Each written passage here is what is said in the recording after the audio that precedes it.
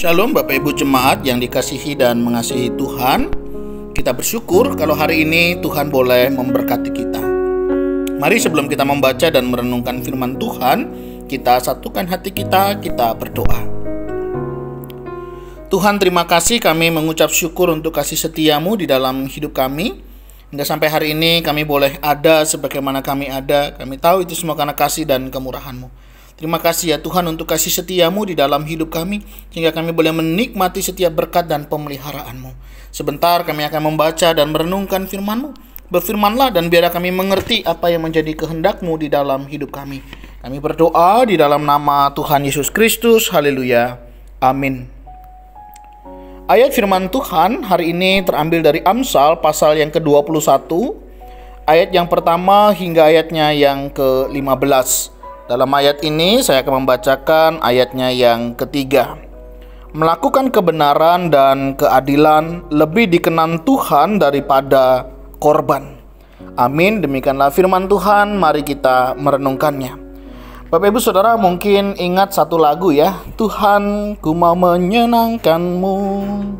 Nah, mungkin lagu ini merupakan sebuah kerinduan daripada si penyair begitu ya, untuk mengungkapkan isi hatinya bahwa dia rindu untuk menyenangkan hati Tuhan. Dan mungkin tak jarang di dalam kehidupan kita juga menyanyikan lagu ini, atau mungkin di dalam pergumulan pribadi kita juga memiliki kerinduan bahwa kita juga mau menyenangkan hati Tuhan, bukan?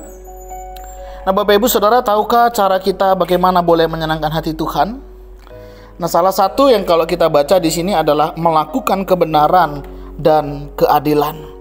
Tuhan sangat senang ketika anak-anaknya itu melakukan kebenaran dan keadilan. Karena melakukan kebenaran dan keadilan itu lebih dikenan Tuhan daripada korban. Kenapa demikian? Mari kita akan coba melihat kenapa melakukan kebenaran dan keadilan lebih dikenan oleh Tuhan. Nah, Bapak Ibu Saudara, kalau kita berbicara tentang kebenaran, tentunya ini menjadi bagian di dalam kehidupan kita. Kita bersyukur bisa dan boleh menemukan kebenaran yang benar-benar benar. Hanya di dalam Yesus Kristuslah kita mendapatkan kebenaran ini, dan di dalamnya kita tahu kebenaran yang benar. Yesus Kristus adalah Tuhan Juru Selamat kita. Yesus Kristus mati bagi kita dan Dia sudah berkorban bagi kita. Dan itulah kebenaran yang ada pada kita saat ini. Sebagai orang-orang yang mengerti kebenaran, tentunya kita akan menghidupi kebenaran itu. Nah, sebagai orang-orang yang sudah menerima kebenaran, sudahkah hari ini kita menghidupi kebenaran yang kita miliki, yang sudah kita imani, yang sudah kita percayai? Nah, seberapa pengaruh kebenaran itu di dalam hidup kita?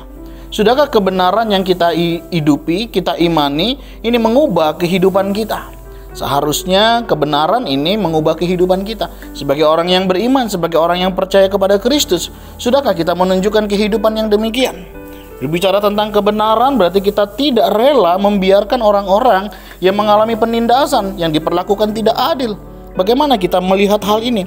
Adakah ketergerakan hati kita untuk menyatakan kebenaran di tengah ketidakbenaran? Sulit sekali rasanya hari ini untuk menyampaikan sebuah kebenaran di mana tidak banyak orang peduli tentang kebenaran, di mana orang berpikir, ya kebenaran kita bisa berbeda-beda. Saudara, ini menjadi tantangan bagi kita. Jika saudara ingin dikenan oleh Tuhan, mari lakukan kebenaran. Apa yang kita tahu itu benar, lakukan itu dengan baik dan benar, dan tentunya dengan cara Tuhan. Yang kedua, berbicara tentang keadilan. Kita tahu Bapak Ibu Saudara, ada banyak ketidakadilan yang setiap hari kita jumpai. Mungkin kita juga pernah diperlakukan tidak adil, mungkin karena suku kita, golongan kita, karena hal-hal tertentu yang ada pada diri kita. Kita diperlakukan tidak adil. Tentu bukanlah hal yang menyenangkan. Tentu hal itu bisa melukai hati kita. Oleh sebab itu Bapak Ibu Saudara, firman Tuhan hari ini mengingatkan kita, mari kita lakukan keadilan. Kita tahu dunia ini memang tidak adil, tapi percayalah kita punya Allah yang adil, Allah yang mengerti, Allah yang peduli di dalam hidup kita. Adil bukan berarti harus sama rata. Adil berbicara tentang bagaimana diberikan sesuai dengan porsinya. Sudahkah hari ini kita adil? Tengah keluarga, bagaimana kita memperlakukan keluarga kita? Sudahkah kita adil dengan anak-anak kita? Seringkali muncul di dalam kehidupan keluarga, bagaimana seorang anak merasa dikasihi dan tidak dikasihi. Bagaimana mereka melihat orang tua yang tidak adil perlakuan mereka kepada anak-anaknya. Benarkah demikian?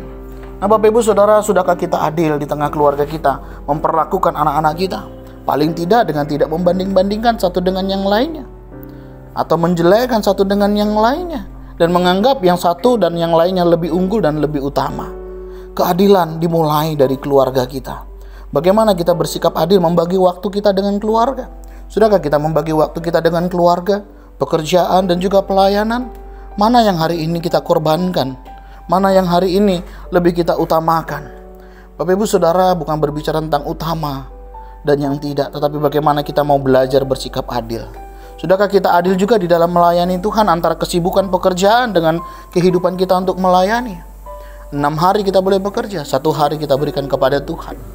Tentunya tidak hanya 1 hari saja, tetapi seluruh kehidupan kita berikan kepada Tuhan. Sudahkah kita adil hari ini dengan Tuhan? Memberi waktu kita kepada Tuhan, mengembalikannya untuk melayani Dia. Dibanding dengan kesibukan kita boleh bekerja, tapi jangan lupa kita juga dipanggil untuk melayani.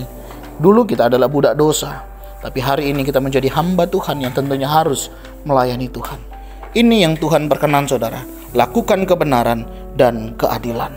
Dan kiranya setiap kita hidup di dalam kebenaran, dan kebenaran itu mengubah hidup kita, dan kita hidup dalam keadilan. Bagaimana Allah kita Allah yang adil, yang juga boleh menolong dan memampukan kita hari ini. Dan kita bersyukur untuk kasih dan keadilan Tuhan yang boleh dinyatakan. Mari kita praktekkan di dalam hidup kita, menjadi keluarga anak-anak Tuhan yang memiliki kebenaran dan melakukan kebenaran dan hidup di dalam keadilan. Tuhan, terima kasih, kami bersyukur untuk kebenaran firman-Mu hari ini. Kiranya Engkau boleh menolong kami, untuk kami boleh melakukan apa yang berkenan kepadamu. Biar kami melakukan kebenaran, apa yang sudah kami tahu, itu yang kami lakukan dan kami boleh terapkan di dalam hidup kami. Ajar kami melihat ketidakbenaran yang ada di lingkungan kami, di sekitar kami, dan ajar kami berani menyampaikannya, sehingga kebenaran itu boleh dimunculkan dan boleh dinyatakan. Kami tahu bukan hal yang mudah, tetapi kiranya Tuhan memberikan kami kepekaan dan kami memiliki keberanian untuk melakukannya. Demikian juga dengan keadilan. Tolong kami juga Tuhan boleh memperlakukan dengan adil, menghormati tanpa memandang suku, budaya, atau ras, atau kemampuan, ketidakmampuan seseorang. Ajar kami berlaku adil satu dengan yang lainnya, di tengah keluarga, di tengah pelayanan, di tengah pekerjaan. Oh Tuhan, tolong kami. Ini doa kerinduan kami. Kami mohon berkat-Mu untuk kami boleh menyenangkan hati-Mu. Kami berdoa di dalam nama Tuhan Yesus Kristus. Haleluya. Amin. Bapak Ibu Saudara, demikianlah renungan kita hari ini. Kiranya kita boleh melakukan apa yang berkenan di hadapan Tuhan. Tuhan Yesus memberkati kita sekalian. Shalom.